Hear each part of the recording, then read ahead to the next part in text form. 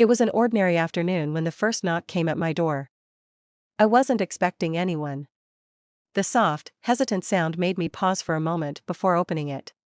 Standing there was a man I had never seen before, calm eyes, polite smile, the kind of presence that didn't seem threatening but still carried a quiet mystery.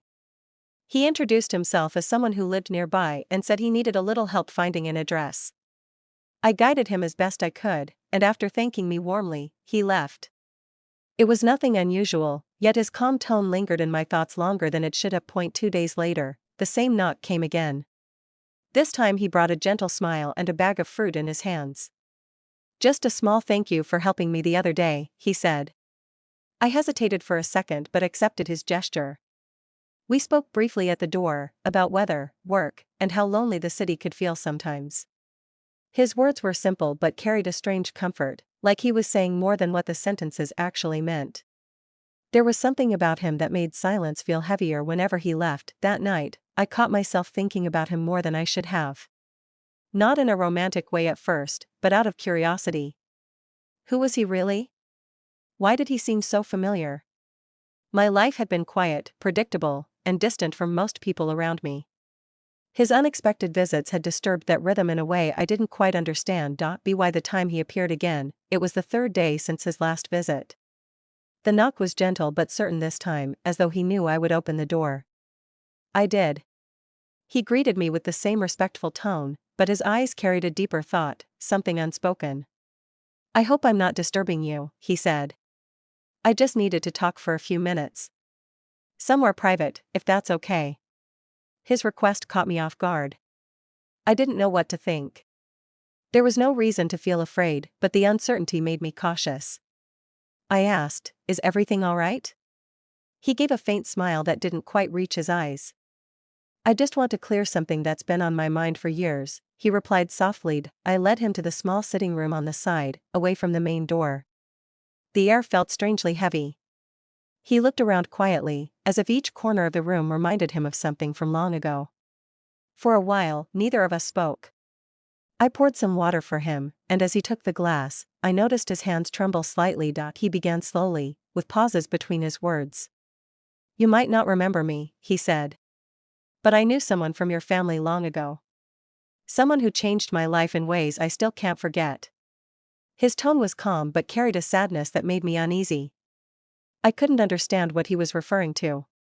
I asked gently, "Who are you talking about?" He didn't answer right away. Instead, he looked down, as if trying to find the right words. "It's a long story," he said, "and I don't want to upset you. But I felt I needed to see you face to face, to tell you something that was never said before." I sat quietly, unsure of what to say. Something about his expression made me believe he wasn't here for harm. There was regret in his eyes, and maybe guilt too. I waited as he continued, his voice now more personal. "Sometimes people do things without realizing how many lives they affect. I've carried a story for years, and it began right here, in this house." The room fell silent again. My heartbeat was louder than the ticking clock on the wall. He didn't look like a stranger anymore. He looked like someone who had come searching for peace, or maybe forgiveness.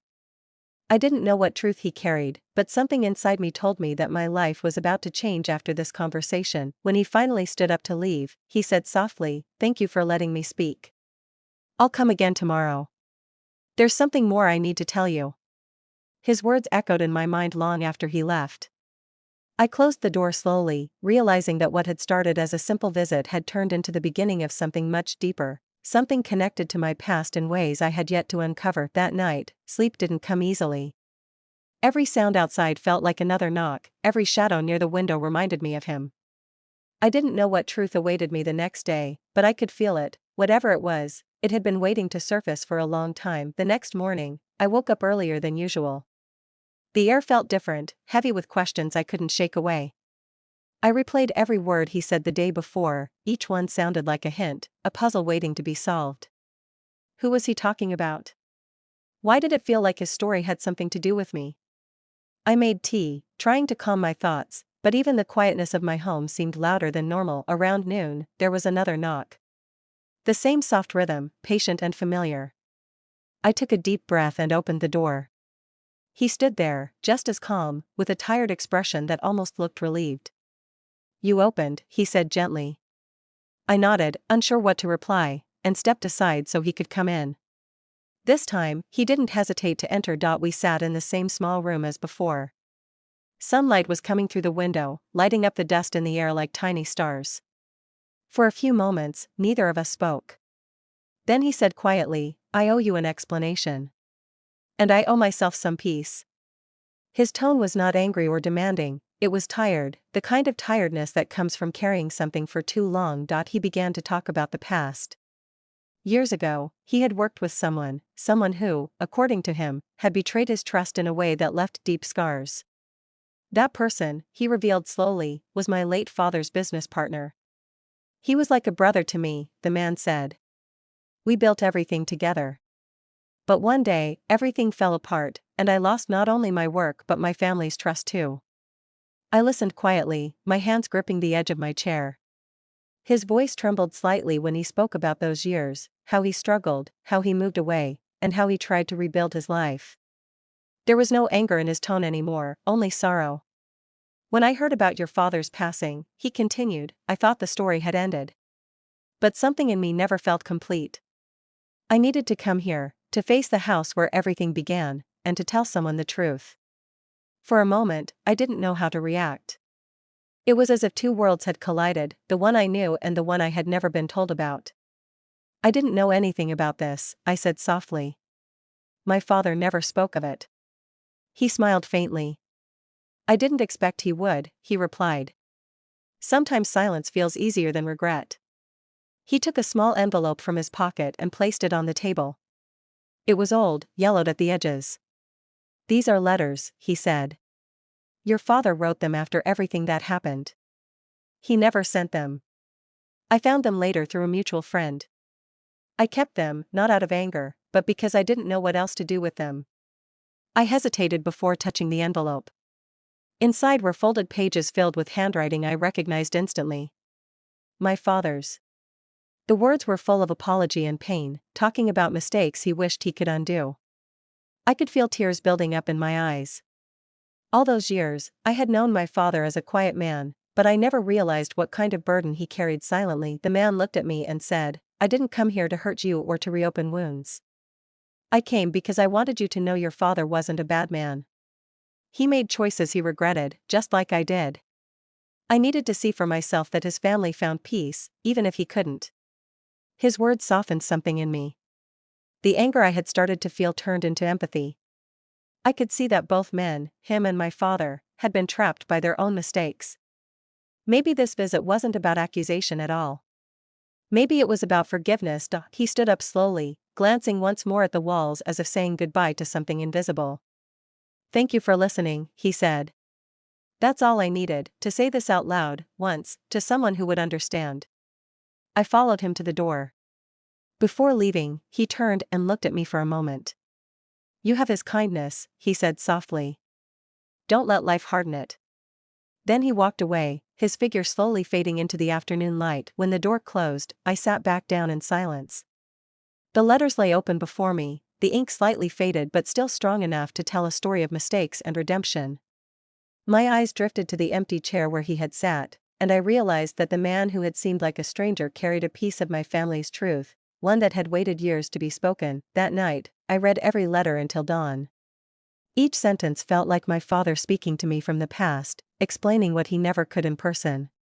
By the time I finished, I didn't feel sadness anymore, just a quiet understanding that sometimes people return to old doors not to reopen them, but to finally close them gently. The next day felt heavier than usual. Even though the house was quiet, it carried the weight of everything I had learned. The letters still rested on the table, their edges curled slightly from being held too long.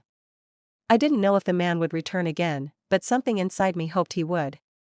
There were still questions left unanswered, and I wasn't ready for silence. Just yet. Afternoon, I heard footsteps outside the door again. When I opened it, he was standing there, calm as before, but this time his expression seemed lighter, almost peaceful. "May I come in?" he asked politely. I nodded and stepped aside.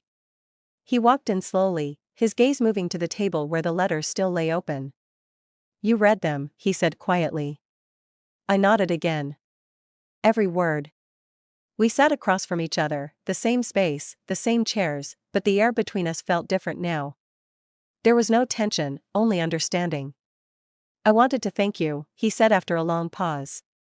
You listened without anger. That meant more than you realize. I smiled faintly. Maybe I needed to hear it too, I replied. Sometimes truth heals both sides. He looked down, as though gathering his thoughts. You know, he said, I spent years thinking your father ruined my life. I built walls around that pain. But when I finally looked back, I realized he wasn't the only one who made mistakes. I let bitterness control me for too long. I forgot that forgiveness isn't a gift for others, it's freedom for yourself. His words stayed with me. I could see how much he had suffered, how holding on to pain had kept him chained to a past that no longer existed. You came back to let go, I said softly. He nodded. Exactly. I thought I needed revenge, or answers, but all I really needed was peace. I looked at the letters again and thought of my father, the man I thought I knew completely, but now seemed like a stranger I was meeting for the first time. He tried to make things right, I said. I wish I had known. The man smiled gently. You do now, he said. And that's enough. Sometimes we don't need to fix the past, we just need to understand it. We talked for a while about life, choices, and how easily trust can break between people who once cared about each other. His voice carried no anger anymore, only reflection. It was as if each word was a stone being lifted off his heart. After a few moments of silence, I asked, when you came here the first time, what made you knock on my door? He smiled slightly. Courage, maybe. Or guilt. I drove past this street many times, but I couldn't bring myself to stop. Something told me that the only way to end the pain was to face it. I admired his honesty. It's not easy to return to a place that holds old wounds. Yet he had done it, not to blame, but to find closure. I realized that in some strange way, his visits had helped me heal too. I had been living with my own quiet loneliness, thinking that people's stories ended when they left. But now I knew that sometimes, they return when you least expect it, carrying truths that were left unsaid. As the evening light dimmed, he looked around the room one last time. This place hasn't changed much, he said softly. But it feels lighter now. I smiled. Maybe because the truth is finally out, I said. He nodded. Maybe. Before leaving, he placed one more envelope on the table. This is for you, he said. It's something your father wrote to me but never sent. I think it belongs with you now. I held it carefully, feeling its weight, not heavy, but meaningful. He walked to the door, paused, and turned back. Thank you for listening, he said once more. You've done more than you realize. Then he left, his footsteps fading slowly into the distance. I sat alone, holding the last letter in my hands. When I opened it, I found words that made my eyes fill with tears. My father had written about regret and love, about how he hoped that someday, those he hurt would find peace. He had ended it with a line that felt like a message meant for me too. If anyone ever comes to you with my mistakes, listen to them with kindness, that will be my redemption. I folded the letter and placed it beside the others. Outside, the sky had turned orange and gold. I felt a quiet calm spread through me, the kind that comes only when you finally understand what once seemed impossible to forgive. That night, I didn't dream of the past anymore. Instead, I dreamed of doors closing softly, of voices saying goodbye, and of peace finding its way home after a long, long journey. The next morning began with a strange stillness, the kind that fills the air after something has quietly ended. The man's words, my father's letters, and everything that had unfolded over those few days stayed with me like a soft echo. I walked through the house, touching the furniture, the walls, the door where he had once stood. Everything felt the same, and yet nothing did. It was as if a shadow that had lived here for years had finally lifted. For the first time in a long while, I made tea and sat by the window without feeling the weight of unanswered questions. The sunlight filtered through the curtains, painting soft patterns on the floor. It reminded me of that first day he came to my door, uncertain and quiet. I realized then how much can change in just a few visits, how strangers can become messengers of truth, how pain can turn into understanding. Around noon, there was no knock, and I knew he wouldn't come again. But somehow, that didn't make me sad. His purpose was complete, and so was mine. I went to the table and gathered the letters, tying them together with a thin ribbon. They no longer felt like evidence of betrayal but rather proof of humanity, of how even good people can make mistakes, and still choose to make things right in their own way. Later that day, I decided to visit the old park where my father used to take me as a child. The air smelled of grass and quiet nostalgia. I sat on a bench beneath a large tree and took out the final letter the man had given me. Reading it under the open sky felt different, it felt freeing. My father's words spoke of remorse, but also of hope. He wrote that love and trust, once broken, can still be rebuilt with honesty. He wished that someday his daughter would understand that forgiveness isn't weakness, it's strength. I folded the letter carefully and placed it back inside my bag. Looking up at the sky, I felt an unexpected warmth inside my chest.